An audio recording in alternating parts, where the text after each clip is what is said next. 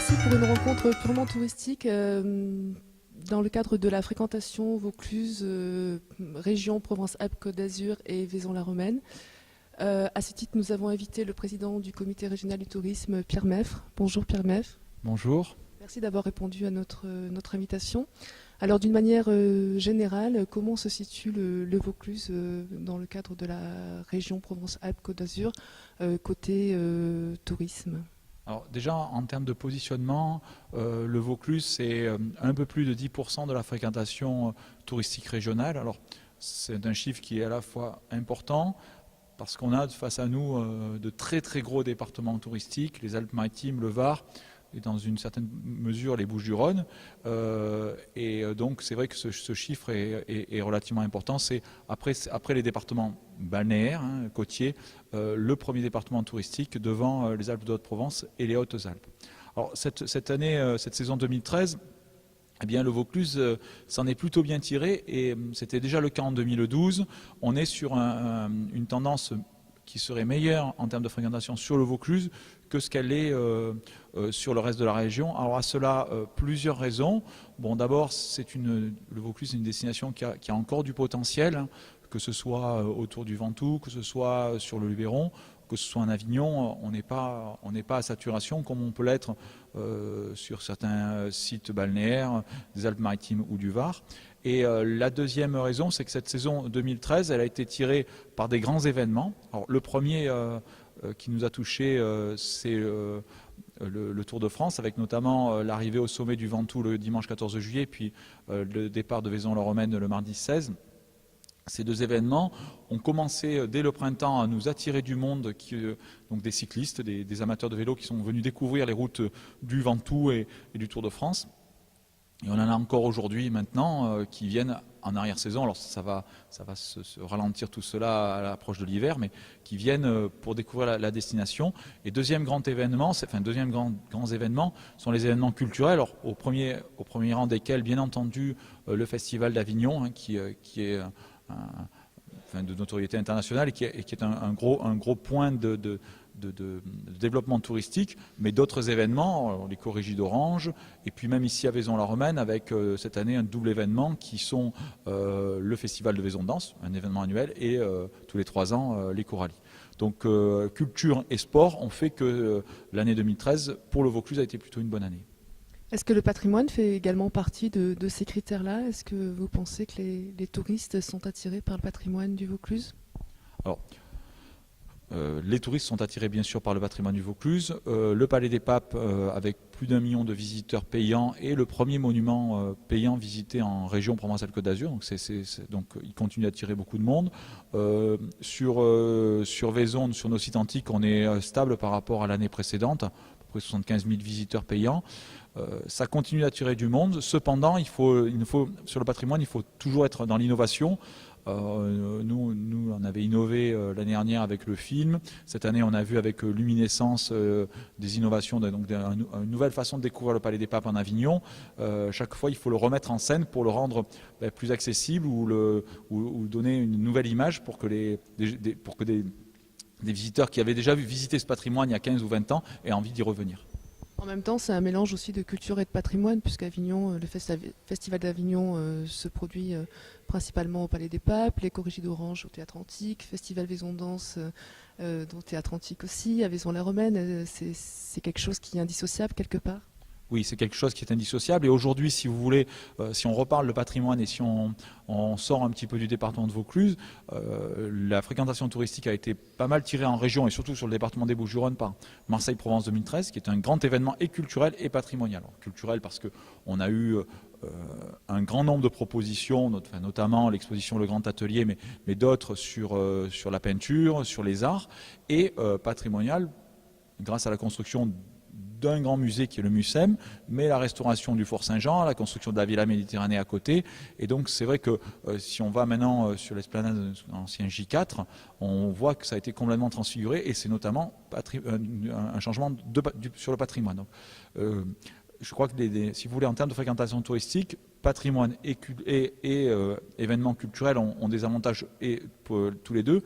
Le patrimoine parce qu'on s'inscrit dans la durée. ce qui a été, si on reprend l'exemple de Marseille, ce qui a été fait sur l'entrée du vieux port est quelque chose qui va rester. Donc on va attirer des visiteurs en 2014, en 2015, dans les années qui viennent. C'est une invitation au voyage. Et les événements sont un coup de projecteur que l'on donne à un moment donné sur une destination qui permettent de redoper un petit peu la fréquentation. Donc on a besoin des deux. On a besoin d'un fonds, donc le patrimoine, et d'événements culturels qui s'y déroulent, comme vous le disiez très bien, dans nos grands lieux patrimoniaux. À cela, on peut également dire un mot sur le cyclotourisme qui se développe de plus en plus dans le département du Vaucluse. Quelques mots. Oui, alors c'est vrai que et là, donc, tout l'intérêt du Tour de France qui donne une image très cyclo, très vélo du Vaucluse. Donc aujourd'hui, le Vaucluse se structure très bien en termes de cyclotourisme. Ça a commencé sur le sud du département avec une association qui s'appelle Vélo Loisirs en Luberon, qui a beaucoup développé des balades en vélo sur un axe principal qui est l'ancienne voie de chemin de fer qui allait d'Alpes, enfin, dans la vallée du Calavon, quoi. Et donc à partir de cette véloroute, il s'est développé des circuits, des balades en étoile. Et aujourd'hui, donc ça c'était un petit peu plus ancien, ça a 5-6 ans. Aujourd'hui, de manière plus récente, notamment avec un travail d'une association sur le Vaucluse qui est l'ADT achevé, on propose aussi ces balades cyclo. Le grand intérêt pour les cyclos, alors plutôt famille du Vaucluse, c'est que très joli paysage, des routes avec peu de voitures, alors, par moments des infrastructures dédiées, hein, comme aujourd'hui la Via Venetia, mais c'est vrai qu'on a à la fois donc paysage et plaisir d'aller le découvrir en vélo avec des parcours qui sont exceptionnels. Alors, ici autour de Vaison, on va citer les gorges du Toulourin, qu'on peut citer la haute vallée de l'Ouvèze, même la vallée de l'Aigle, et si on prend plus au sud, les gorges de la Nesse qui sont un petit verdon et qui sont très agréables à découvrir en vélo. Alors Pierre Meffre, vous êtes aussi le maire de Vaison-la-Romaine. Vaison-la-Romaine a connu beaucoup de passages cet été, vous le disiez notamment par rapport au Tour de France et aux Corallies qui se sont rajoutés aux festivités récurrentes d'année en année. Avez-vous en tête les statistiques de fréquentation de cet été ? Oui, alors on a encore progressé, alors, des statistiques, on a encore progressé en termes de nombre de passages à l'Office de tourisme, plus de 175 000 passages à l'Office de tourisme à ce jour, donc on ne sera pas aux 200 000, mais bon, on ne sera pas très loin, donc de manière plus importante, je crois que c'est une croissance à 2 chiffres, un peu plus de 10% par rapport à l'année précédente, avec notamment sur juillet-août des moments où on a eu énormément de monde à l'Office de tourisme, hein, des journées avec plusieurs milliers de personnes qui sont venues visiter l'Office de tourisme. Sur les Sinantiques, une certaine stabilité en termes de fréquentation. Et sur les deux grands événements, donc Tour de France, on estime à peu près 30-35 000 personnes qui sont venues sur Vaison ce jour-là. Et sur le Coralie, un très bon cru des Corallies, puisqu'on avait à peu près un peu plus de 5 000 choristes qui étaient inscrits sur l'événement. Alors, tout ça, moi, je tiens à dire un petit clin d'œil parce que c'est beaucoup de monde. Par moments, c'est une gêne aussi pour les Vaisonnaises et les Vaisonnais. On a plus de mal à circuler, plus de mal à se garer. C'est un peu plus compliqué. Il faut, effectivement, c'est un peu le revers de la médaille, mais si on regarde quand même le bon côté de la médaille, c'est beaucoup de gens qui sont venus à Vaison, qui ont dépensé de l'argent dans les commerces, qui ont profité de la ville, qui, on espère, reviendra, qui ont résidé dans des campings, dans des chambres d'hôtes, dans des gîtes, dans des hôtels. Tout cet argent qui a été dépensé, il va rester ici à Vaison, il reste pour l'essentiel ici à Vaison, et donc ça nous aide beaucoup d'un point de vue économique. Entre la viticulture et le tourisme, c'est deux points qui sont importants. Et ce que je dis est vrai pour Vaison, c'est aussi vrai à l'échelle départementale et régionale. Le tourisme, c'est 11% du produit intérieur brut, c'est 170 000 emplois. Donc c'est vrai que c'est un vrai secteur économique, un secteur qui est important pour notre ville, pour notre département, pour notre région. Et sans ce tourisme, eh bien, on aurait beaucoup plus de difficultés à, entre guillemets, boucler les fins de mois. Vous pensez que les retombées économiques qui auront lieu par rapport à ces événements vont durer quelles vont être les retombées économiques à court terme, à moyen terme et à long terme? Alors, si vous voulez, à court terme, une saison qui marche bien, c'est de l'argent qui a été dépensé, comme je disais, dans les commerces. Donc, comme on n'a pas... Quand on regarde d'un point de vue économique, le tourisme est porté par des acteurs locaux. Donc un acteur local qui fait un bon chiffre d'affaires, qui va dégager des bénéfices, il va avoir tendance à les réinvestir ici localement, et donc soit dans son outil de travail, soit dans sa vie quotidienne. Et donc ça va se retrouver un petit peu le reste de l'année. On va peut-être changer la voiture, on va peut-être faire des travaux dans le gîte. Enfin, c'est toujours important. Sur le moyen terme, moyen-long terme, là je pense plus à l'impact Tour de France. C'est-à-dire qu'on a eu de très belles images. Enfin, c'était vraiment très carte de visite, très carte postale, très belles images dans le Ventoux, mais sur l'étape du 14 juillet, on s'en souvient, dès que la caravane a commencé à être sur Vaison, on a eu des images de la Haute-Ville, du Théâtre Antique, il y a eu aussi de belles images de Malocène, du Barou.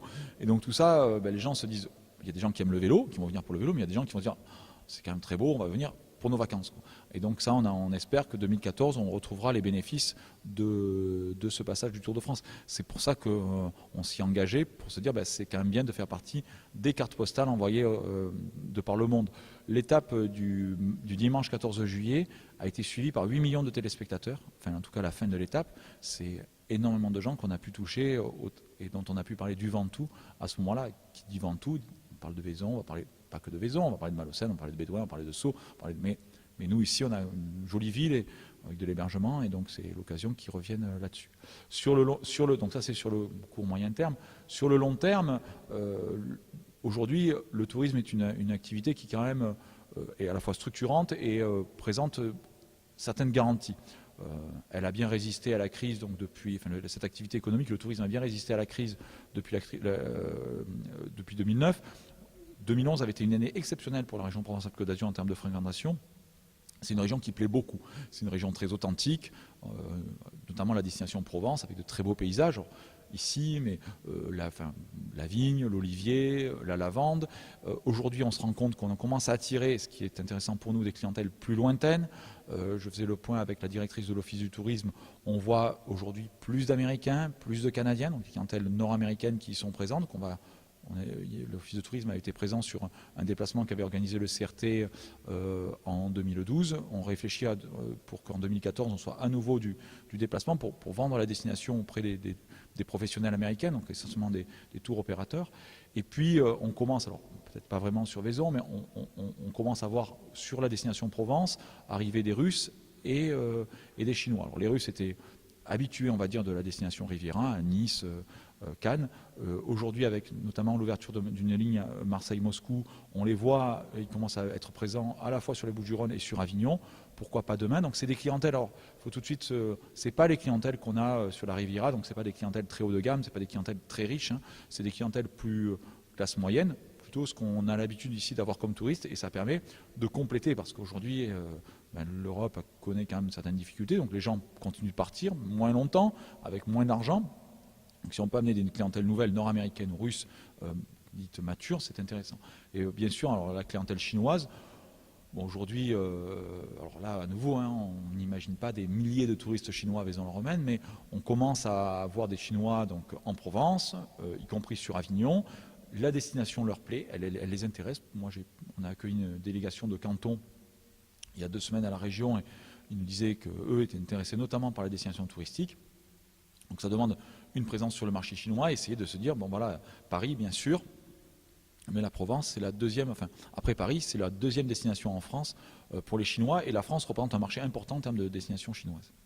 Revenons à la ville de Vaison-la-Romaine, puisque vous êtes le maire de la ville. Quels sont les actes et les efforts de la part des acteurs du tourisme, et notamment la ville, pour conserver, protéger et perdurer la fréquentation touristique?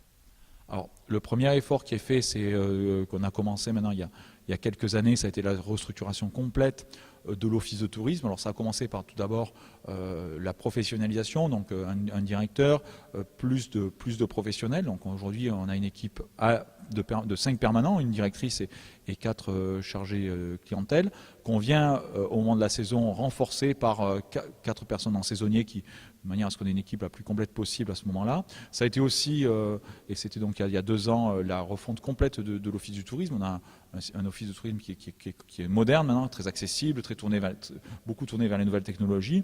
Et là, sur les nouvelles technologies, c'est poursuivre notre développement. On est en train de réfléchir à revoir complètement notre site internet, notamment qui permet déjà, mais qui va le permettre à l'avenir, d'avoir que les hébergeurs puissent mettre en ligne directement leur disponibilité. Directement sur le site, vous pourrez savoir s'il reste une chambre d'hôtel, s'il reste des places dans des campings, ce qui est quand même un plus pour qu'on apporte aux professionnels.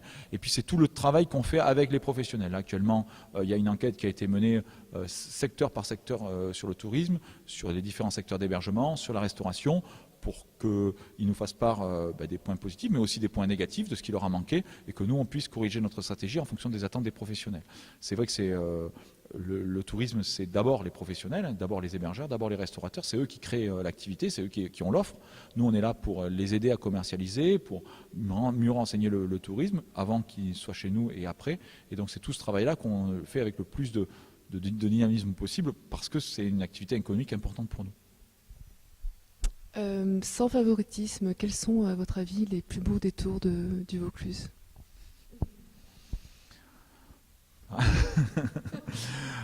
Écoute, non, moi je pense qu'on a déjà un département qui a de très très belles destinations.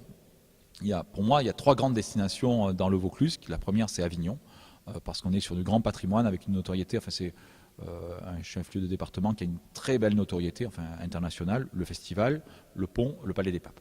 Ensuite, on a 2 grandes destinations touristiques assez classiques qui sont le Luberon et le Ventoux. Et dans Ventoux, Vaison-la-Romaine. Je pense qu'ici, on a à la fois, vraiment, moi je redis, beaucoup d'authenticité du patrimoine, des paysages, de la viticulture aussi, parce qu'on a de très jolis vins autour de Vaison, à Vaison. Et donc tout ça fait que c'est...